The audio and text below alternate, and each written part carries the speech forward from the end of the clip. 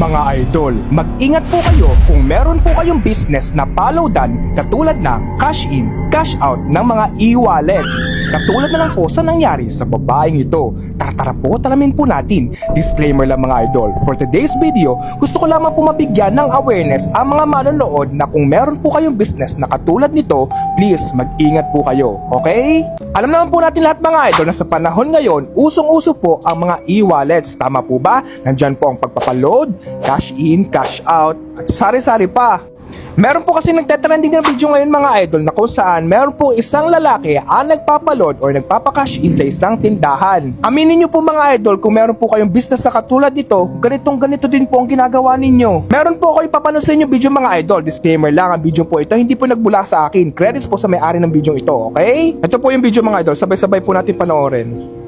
Tapos tinan nyo po yung lalaki na naka-jacket. Papakash in po ata siya. Yan. Tingnan yung gagawin ng babae. Yun! Nakuha ang cellphone niya! Yun, nagsisigaw si ate. Ulitin po natin mga idol. Di ba po pag nagpapakonfirm yung mga nagbi-business na ganito, pinapakita yung cellphone nila. Kaya kayo, mag-ingat po kayo. Huwag nyo po ipapakita. Dapat malayo po kayo dun sa nagpapaload. Katulad. Yun! Yun! Nakuha ang cellphone!